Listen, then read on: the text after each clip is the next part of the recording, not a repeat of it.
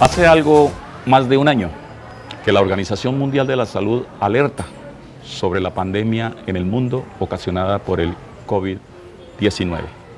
Ha pasado, como digo, hace más de un año y en todos los propósitos de las distintas organizaciones de salud es en encontrar una vacuna que definitivamente asegure la vida de todos los habitantes. Y cuando llega esa vacuna a diferentes países, nos empezamos a preguntar, bueno, ¿y aquí quién será el primero? ¿A quiénes vacunan?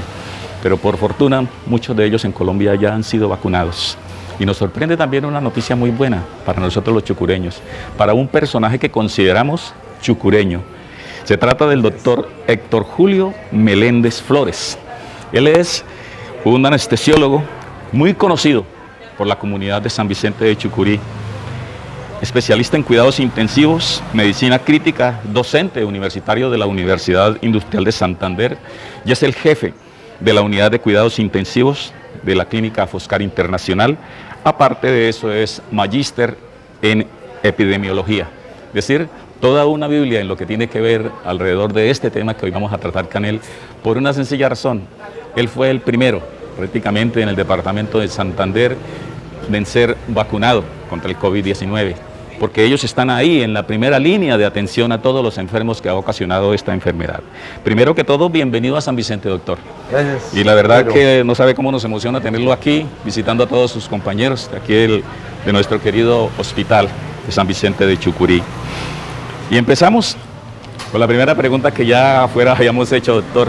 ¿Qué siente usted hoy que le cuente a la comunidad de San Vicente de Chucurí ser el primero en el departamento de Santander que ante la situación que se está presentando y ante el trabajo, ese trabajo arduo que usted realiza, ser el primero en el departamento de Santander en recibir esa vacuna? Primero, gracias por la invitación. Cuando hablé con Jaime, me sentí muy comprometido de hacerlo en forma personal, venir, inclusive venir al hospital. ¿Por qué? Porque yo me siento un símbolo que acepté ese gran ofrecimiento que me hizo la organización Foscal, donde laboro en que fuera la primera persona en recibir una vacuna. Y de que aceptaba siempre y cuando mi imagen sirviera para enviar un mensaje a la comunidad, para empezar a desmitificar la vacuna. Todos, cuando empezó la pandemia, el primer pico, el segundo pico, la mortalidad tan alta, la ocupación de UCI, todos nos preguntamos cuándo llegará la vacuna. Y tú mismo lo decías ahora, llegó la vacuna, entonces ahora toca empezar a desmitificar la vacuna. Entonces yo decía, yo quiero ser el símbolo, la imagen, el mensaje a la comunidad de que yo me vacuno, yo me cuido, yo cuido mi familia, yo cuido mis pacientes y yo cuido la comunidad. Y yo quiero que el mensaje sea, todos debemos conjugar el verbo yo me vacuno, hasta que todos logremos lo que tú decías, una inmunidad de rebaño. Lo tenía claro, doctor, cuando después, como usted lo acaba de decir, hay tantos mitos frente alrededor de la vacuna, lo tenía bien claro desde un comienzo que si llegaba la vacuna, ¿usted se iba a vacunar? Totalmente claro, porque yo pasé por las etapas se declaró ese 3 de marzo esa pandemia para Colombia, y nosotros desde el frente asistencial, el frente educativo y el frente investigativo, ¿qué hacíamos nosotros? Una enfermedad que no conoce uno, intentar investigar. Y todos sabemos que hay enfermedades que son prevenibles y todas las que son contagiosas, la alternativa es la vacuna. No había vacuna en ese momento, entonces empezamos a investigar medidas de protección, protocolos, seguridad, manejo del paciente y todo. Y siempre, ¿qué pasa? Esperando que llegue la vacuna, viendo los muertos, esperando que llegue la vacuna. Entonces nosotros nos preparamos en esas fases de la prevención, la contención, la mitigación y todo. Y ahorita volvemos a la primera fase, que es la prevención, la inmunoprevención, que es la vacuna. Entonces el mensaje es para toda la comunidad, va a llegar el momento. Nosotros somos una primera fase, por lo que tú dices, tenemos que atender mucha población. Y a todos nos va a llegar el momento, a todas las familias va a llegar el momento. Ya lo tuve yo, lo tienen mis colegas, ya. Van a llegar la población protegida, que son los pacientes mayores de 80 años, y todo nos va a llegar. Son 35 millones de dosis iniciales que tienen que aplicarse.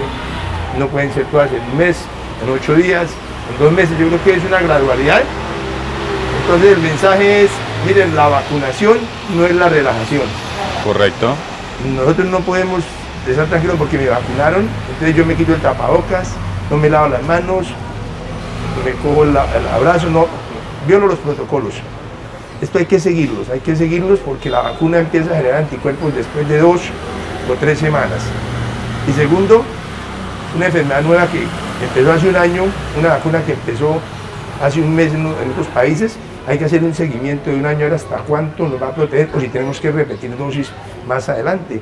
Entonces, no relajación, sí vacunación. Doctor, ¿a qué cree usted que, con su experiencia nos puede decir, a qué cree usted que se debe tanto mito alrededor de la vacuna? Mucha gente dice, no, porque es que la vacuna me va a ocasionar eso, que me esteriliza, que me deja calvo, que tantas cosas que han pasado alrededor de esto. Son dos cosas. Primero, la vacuna es voluntaria y es respetable el que no la quiera. Pero yo le doy un ejemplo así como para que la población entienda a uno. ¿Uno quiere sopa? No quiero, pero ¿usted la ha probado? No, yo no la he probado. Entonces pruebe la sopa y, uy, está muy buena. ¿Qué pasa con la vacuna? La vacuna fue algo que puso a todas las empresas farmacéuticas, a todos los países, a trabajar centrado en eso.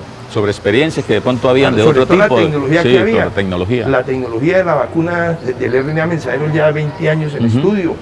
Y fue el momento en que la inflexión favoreció que esa tecnología fuera aprovechada para ser usada con la vacuna. Y se hicieron los estudios, los ensayos clínicos. Miren, yo soy investigador y uno tiene que diseñar estudios. Miren la fase de voluntarios, la fase de eficacia y seguridad y la dosis. Y todas, AstraZeneca, Johnson & Johnson, Moderna, Sputnik, Pfizer, la de los chinos y Pfizer, todos hicieron ese proceso. Hicieron riguroso método científico y sacaron la vacuna. Yo digo, es como la gente piensa que el DNA y el RNA, que es la genética, que es lo que lo identifica a uno, lo que lo hace diferente a los demás, que esta vacuna se le va a meter a eso. No, no tiene nada que ver con el DNA. Es un RNA el que lleva la información y la información que él lleva es positiva. Miren, esto, defiéndase, crea anticuerpos para cuando llegue el virus, usted tenga armas. No hay tal microchip ahí que lo identifican y lo ubican en el mundo. Absolutamente para nada, no hay nada de eso, hay que desmitificarlo y sería pecado decir dentro de 6 meses o cuando se logre toda la inmunidad del rebaño que alguien se murió de COVID por no haberse vacunado. Una enfermedad que a partir del momento del jueves hace 2 días para Colombia y ayer para Santander, que se volvió inmunoprevenible con la vacunación, llegue a tener una mortalidad más alta. O sea, yo aspiro que con eso no haya tercer pico. Correcto. No haya tercer pico, pero eso va a depender de nosotros, de la educación poblacional. ¿Qué recomendaciones especiales, doctor, antes y después de la vacunación? ¿Qué le alertaron a usted para decirle, bueno, usted se va a vacunar mañana y debe cumplir con esto? Miren, hay unos protocolos muy bien descritos. Ahí en la vacunación es un proceso, hay unos eventos adversos que son normales, son esperados, digo yo, porque siempre una sustancia diferente en el cuerpo debe generar una respuesta. A ver, pues, cefalea, dolor en el sitio de inyección, dolores musculares, malestar general, de todo eso a mí, solamente un dolor leve en el sitio de inyección, ¿ya? El evento adverso fatal y todo es un baloto. Es un baloto, es uno en 60 millones, es un riesgo que está desde el azar, como cuando alguien toma una pastilla y hace una reacción alérgica que no conocía. Entonces hay gente que está bien estudiada para decir, usted no le puede poner la vacuna, son reacciones alérgicas severas, que es un anafilaxis, choque por ejemplo con penicilina, es un paciente que no se le recomienda. Pero el resto, alergias leves y todo, es más el beneficio que obtiene con la vacuna que el riesgo, ¿ya?, de tener un evento adverso severo. Va a tener eventos moderados, lo que yo le digo, cefalea, la mitad de los pacientes hacen dolor de cabeza, la mitad hacen malestar general, el 40% va a ser fiebre menor de 38,3. Y las reacciones severas que se le hinchan los ojos, que la dificultad para respirar, es como 1 en 4 millones. Entonces el beneficio es más alto que el riesgo. ¿Algún tipo de contraindicaciones posteriores? Algunos dicen que no, que los licores, que no se pueden consumir. Bueno, no, todas esas cosas será bueno decirle a la gente. No masajear ese sitio de la inyección, no más. No aplicarse otro tipo de vacunación concomitante.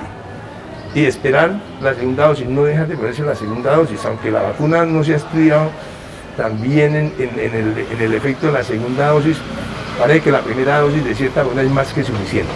Por ahora la recomendación es, se puso la primera, espere que le llegue el tiempo de la segunda dosis. ¿Cómo puede incidir, doctor, por ejemplo, de lo que hablábamos ahorita, de todas aquellas personas que no quieren o no piensan vacunarse frente a lo que se quiere después? Hablamos de 35 millones de dosis y los colombianos somos 50, pero los demás alcanzarían la inmunidad de rebaño de la que tanto se ha hablado. ¿Cómo pueden incidir estas personas que no acuden a la vacunación?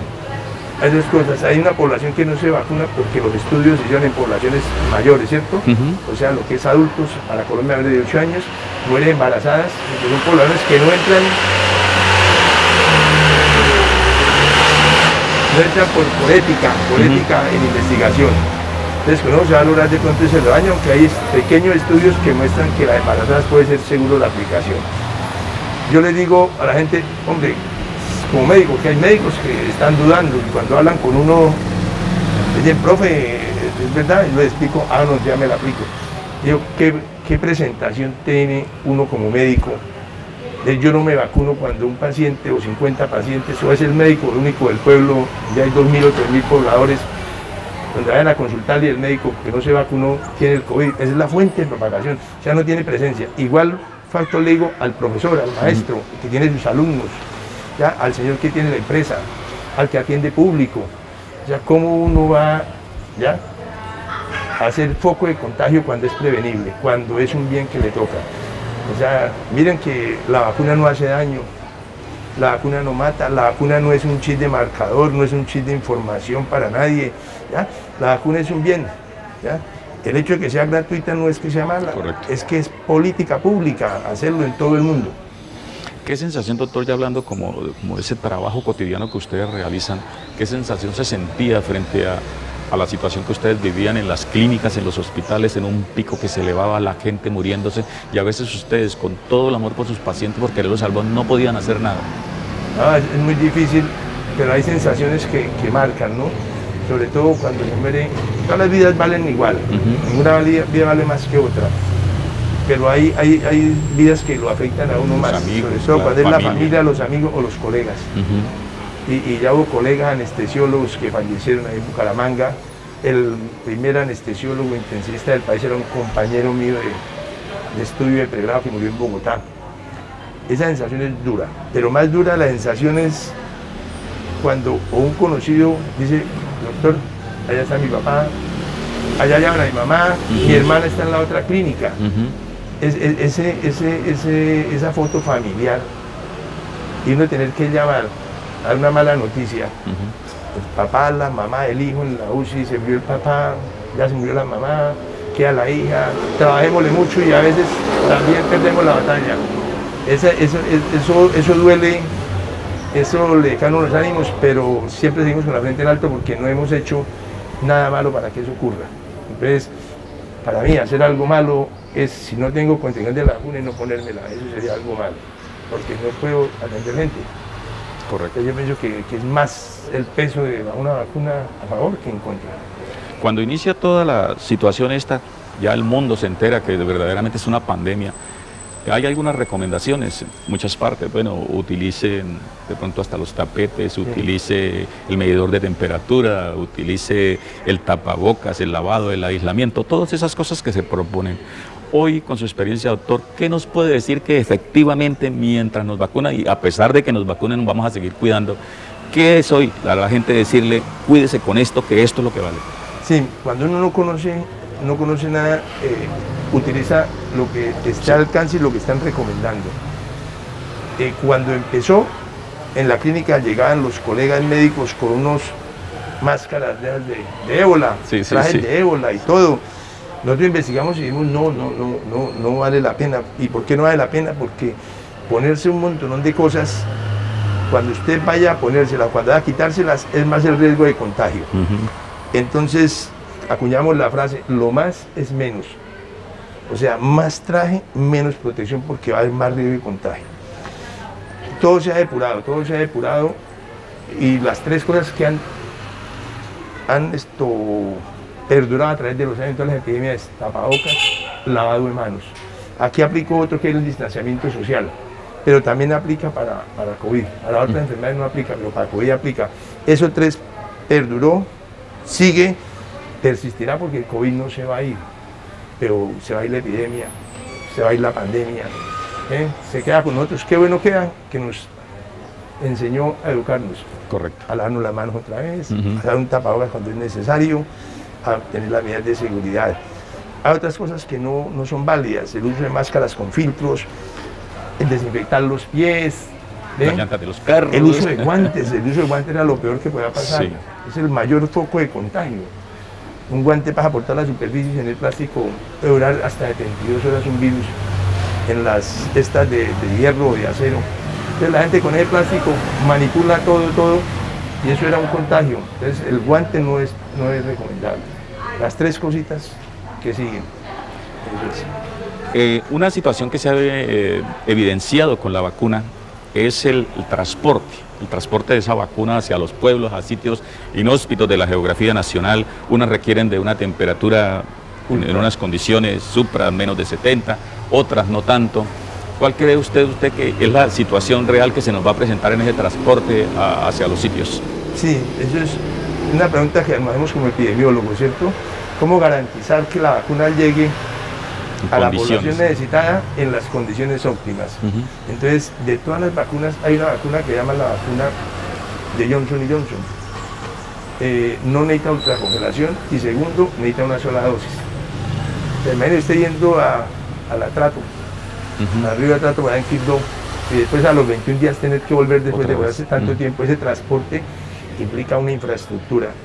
Y al llegar allá y después volver la infraestructura, o sea, no es costo eficiente y es de riesgo, pone en riesgo la cadena de frío de esa vacuna. Entonces, dicen, no, ahí póngame la de primera dosis. Digo, no, esa dosis es para poblaciones alejadas, donde es muy difícil el acceso. Las otras vacunas, pues se garantizó, el gobierno ha garantizado su almacenamiento y su cadena de frío en transporte. La de Moderna no necesita esa cadena de frío, pero la de Pfizer necesita menos 80 grados. Porque tiene que reconstituirse. Entonces, cada una tiene su protocolo. Las que necesitan menos 80 grados son ultracongeladores, que llamamos nosotros, pero están garantizados. Lo importante es que lleguen, cualquier vacuna que llegue al país es buena porque ya está aprobada. Finalmente, doctor, recomendémosle de nuevo a toda la comunidad de San Vicente de Chucurí esas recomendaciones que siempre se han hecho.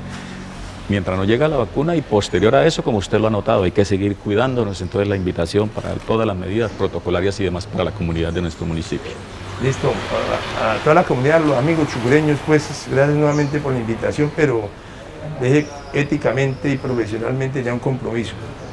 Los invito primero a seguir manteniendo las normas, lavado de manos, uso de tapabocas, distanciamiento social. Ya nos llegará la vacuna, ya les llegará la vacuna en su momento oportuno. Por ahora, repito, vacunación no es relajación. Cuídense, cuidemos nuestra población, cuidemos nuestros abuelos, cuidemos nuestros niños y seguro que ya viene la fase de la tranquilidad. Esperemos con paciencia, que ya llevamos un año en esto, ahora esperemos lo más poquito. Lo menos. Sí, se calcula más o menos. En el departamento de Santander les han dado a conocer a ustedes en qué momento se va a distribuir para los municipios. Se demora mucho.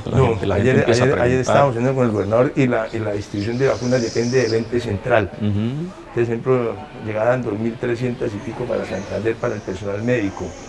Y en la medida en que estén llegando al país se están distribuyendo. Se cuenta, hoy empezaron las ciudades, otras ciudades, Cúcuta, Armenia, otras ciudades importantes para tratar de vacunar todo lo que es la fase 1 del personal médico y paramédico. Doctor, qué bueno que haya venido a San Vicente de Chucurí a pasar su cumpleaños. ¿Listo? Feliz cumpleaños de parte de la empresa Exogalaxia y muchísimas gracias por posibilitarnos, enterarnos, dada su experiencia y todo lo que ha tenido que llevar en medio de esta situación de la pandemia que hoy sigue agobiando el mundo, pero como usted lo acaba de notar, poco a poco vamos saliendo de esta pandemia y de esta epidemia que ha causado tanto dolor y tanta muerte en el mundo. Así será. Muchísimas gracias, doctor. Bueno, bien. Listo.